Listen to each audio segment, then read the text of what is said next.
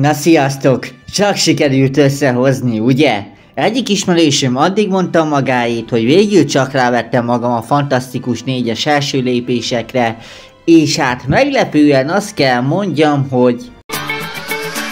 Most felkelek, megint szar az öreggel, nem akarnék ide, nézzétek, ezt kell irónia! Minek is ez nekem a stáblista után, csak könnyezik a szemek. Ha szeretnél nézni, az 400 cáfon, mert mindig is tudtam, hogy szeretett cáfon. De most már kielek, ne kattíts el, mert ez itt a Gold TV Productions, ahol kiakadni mindig kell.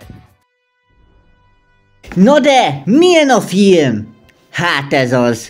Most belemegyünk ezerrel a közepébe. A Fantasztikus 4-es első lépések nem egy rossz film.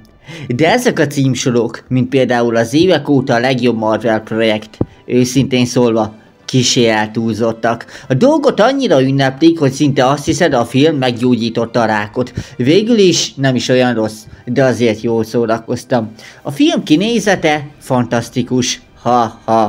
A retro skifi hangulat, a Jetson stílusú technológia, az egész esztétika nagyon erős. Tényleg mertek valamit csinálni. Végre egy Marvel film, ami nem úgy néz ki, mintha ugyanabból a szürke CGI gépből származna. A történet szempontjából az is tetszett, hogy nem kell hozzá MCU diploma. Nincs 12 sorozatot kell megnézned előtte, különben semmit sem fogsz megérteni. A történet magáért beszél. 4 évvel a képességeik megszerzése után a Fantasztikus 4-es már megszilárdult, és most Galactus, a végső világerő megjelenik és a Földet akarja. És mindezek közepette Sue erősen terhes. Hogyan repül az űrben babapocakkal, miközben Galactus kopogtat? Teljesen túlzás, de valahogy zseniális. Milyenek a karakterek? Jók. Ben volt a titkosztár számomra, szuper szimpatikus. Johnny meglepően elviselhető volt, ami nem gyakran fordul elő az ilyen pezsgő karaktereknél. És igen, Pedro Pascal Reed Richards szerepében kezdek belefáradni, hogy mindenhol látom, de azt kell mondanom, jó munkát végez. Még akkor is, ha néha egy kicsit túl sokat dagonyázik az önsajnálatban. Sue erős, védelmező, okos, valójában lazán megírt, de aztán sajnos vannak olyan dolgok is, amik egyszerűen nem működnek.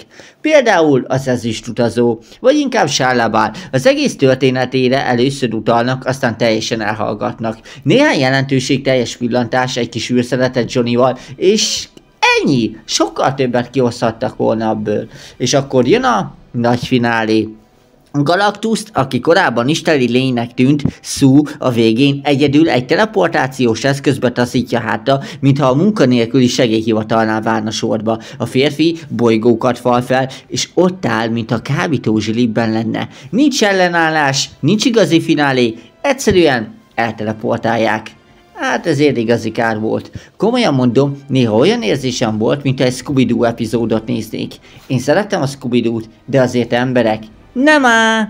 Ja, és aztán persze Franklin. A baba, aki hirtelen bármit meg tud csinálni. Visszahozza Sue-t az életbe, és látszólag a legerősebb karakter az egész Marvel univerzumban. Ez klassz, de egyben hatalmas probléma a jövőre nézve. Hogyan lehetnek valódi fenyegetések, amikor egy ilyen mindenes van a csapatodban? Vagy azonnal ideges lesz, vagy Deus Ex Machinává lefokozzák. Viszont azt kell, hogy mondjam, ezen gyengeségek ellenére jól szórakoztam.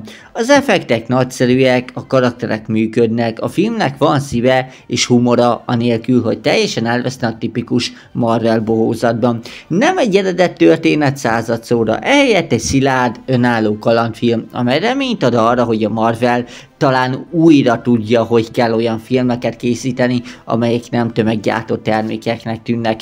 Nem egy remek mű, de egy igazán jó film, ami nem csinál mindent jól, de eleget ahhoz, hogy élvezetes legyen. Csak ne dőlj be az internetes túlzásnak, akkor nem fogsz csalódni. Sziasztok!